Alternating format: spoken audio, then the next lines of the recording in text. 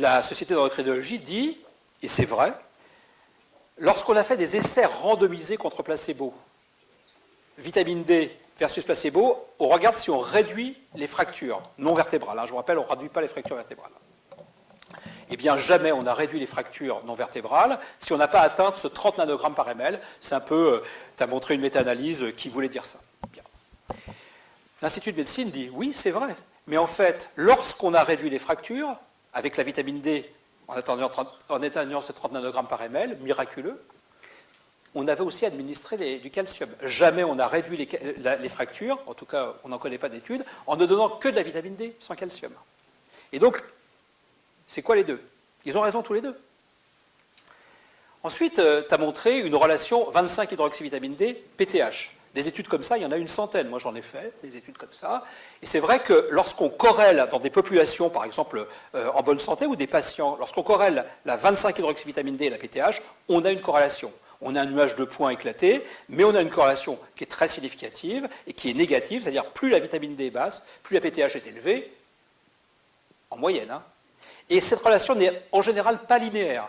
Il l'a montré tout à l'heure, c'est-à-dire en fait, elle fait le genre de sigmoïde jusqu'à un certain niveau de 25-hydroxyvitamine D où la relation devient relativement linéaire, c'est-à-dire la PTH ne diminue plus, en tout cas, sauf si on va très très loin.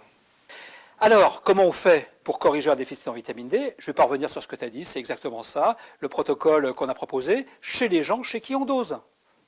L'ostéoporose, les malabsorptions, les machins. Alors les malabsorptions, bien sûr, il faut doser sous traitement. Bien sûr, parce qu'on n'est pas sûr, même avec les 4 ampoules de 100 000 ou les 5 ampoules de 80 000, on n'est pas sûr de corriger. Si vous dosez sous traitement par vitamine D, c'est-à-dire c'est pendant la phase, je dirais, ad vitam, après la phase de recharge, eh bien, il faut doser juste avant une prise. Pourquoi? Parce que si vous, par exemple, vous prescrivez, je vous dis, le mieux c'est de prescrire tous les mois. Si vous prescrivez une ampoule tous les 3 mois, vous allez monter puis descendre. Il faut vous mettre dans la situation la plus... Bon, sinon, c'est le protocole que tu as décrit, je ne reviens pas là-dessus.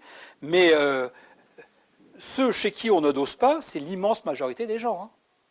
Est-ce que pour autant, il ne faut pas leur filer de vitamine D?